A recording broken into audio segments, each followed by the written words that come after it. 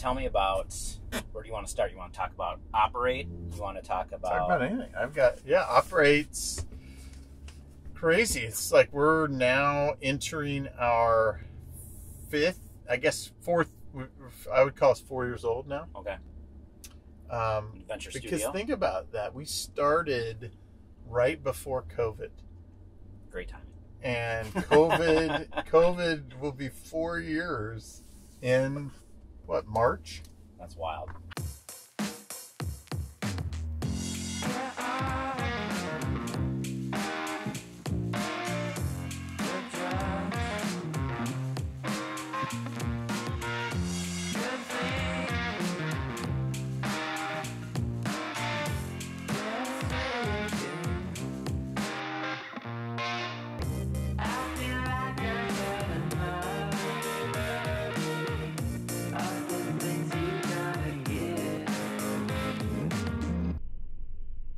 We're definitely not a traditional venture studio, although I've said many, many times, you meet one venture studio, Everybody has come up with their own model. And I was looking for one that I felt like I could just copy, and so got to know a whole bunch of them out there and took a few pieces. But I think a lot of venture studios masquerade as actually more of what I would call a venture factory. And studio to us, number one, that connotes creativity. Number two, I think we are very clear that every startup is a snowflake. Right. And requires a little bit different creative approach on each one. And so as I look at our portfolio, we have companies that we started a company inside ourselves. Most venture factories try and do every single one themselves. Yep. We've done one. So one of the 30 is ours. Looking at those 30 companies, what would you say that kind of the common mistakes you see that stage making? One of the common mistakes that I continue to struggle with founders is builders want to build. And if I have an idea and I'm committed to trying to turn this into something, I want to build something because I feel like I'm not progressing until I'm building. And far too often they start too soon on building, and I try to get them to resist. Don't build until people are literally begging you to build it, because it's so clear to them and to you what the thing should be. I see the same problem as I think a lot of founders, early stage and even late stage founders, sometimes misunderstand what growth is. Yes. And what progress is. And so Yes. Progress isn't always building your product very quickly and getting it in someone's hands. Progress can be gathering a lot of information and being very sure about what they're building. Yes. Or confusing activity for progress, for sure. Right. Yes. You and I talked about this a lot. It's like you're half crazy to go start a company anyway, and so much of your time is spent in failure and rejection that when you hear any indications of positivity, sometimes you jump at it, hang on it because you need it. Right. You need it to keep going. I get it. It's hard. What was something that maybe your mind was set one way, and then now 4 years later you're like, wow, it's actually the opposite? I think we originally did have this idea that we would see consistent, repeatable challenges with startups.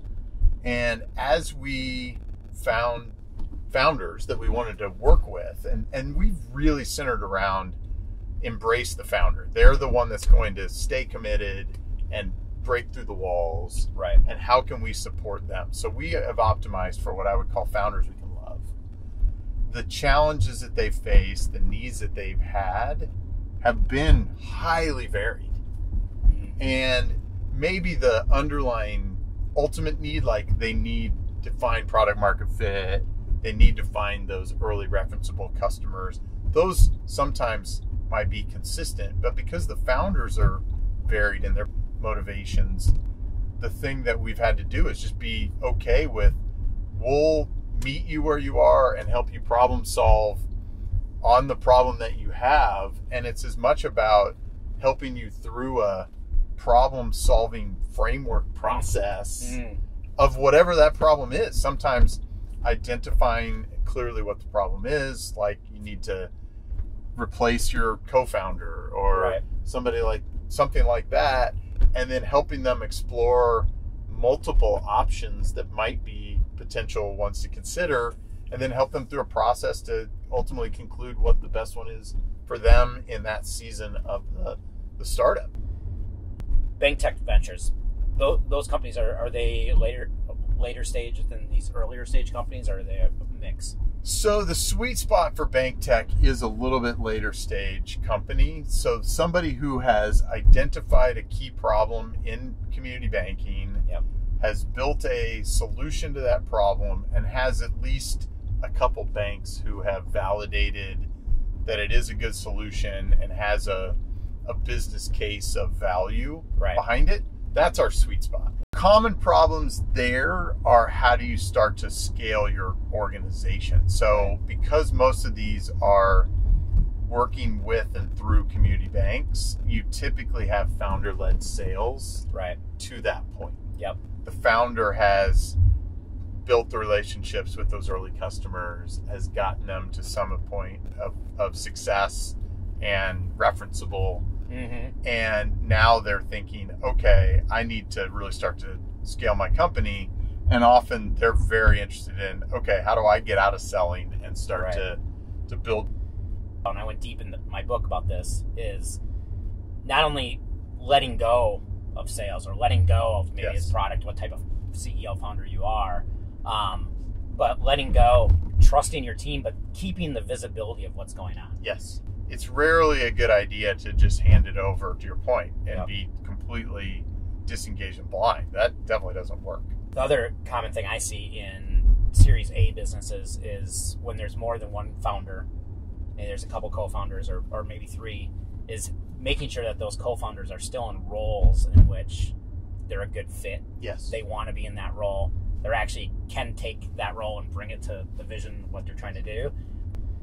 Oftentimes you'll find founders, just because they have a founder title, are sitting in roles that they're not the right fit for. Sometimes means you go from this very generalist job to a specialist job, and sometimes that's not what people want, and that's a clean point at which they probably should get off the bus. And that's okay. They played a very critical role in those early survival stages, but it's rare that people stay for many, many seasons of an organization's evolution. Where do you see people get wrong when they are fundraising? So that's a big topic. If I think about in the bank tech world, one of the places where people get it wrong is they still think every investor is a venture investor, and they have to have how am I going to get to 100 million in revenue? How am I going to give you this huge venture return? And they are maybe stretching on what the true size of the opportunity might be today. So I think they're maybe not being honest. And so then that cascades down into how they think about building the company. They're maybe asking for too much money. They're going to burn too much too quickly. And I think being okay with a niche business that maybe over time reveals a bigger opportunity is actually okay. So I think that's one that they get wrong in this specific banking tech space. Which might be a good one overall. It's just pitching to an investor and not understanding what the investor wants. Investor's criteria. The other is the ones that somehow convinced an early venture investor to get involved, only to then realize, oh, this isn't a venture scale opportunity. And we may be perfectly excited about it, but their existing venture investors may be pushing them into a totally different direction. Because they don't think it's going to be big enough for what they initially underwrote it against. So sometimes that mismatch of a group of investors could actually cause misalignment and challenges too. So I've definitely seen that as well. And then I think the last one is just storytelling.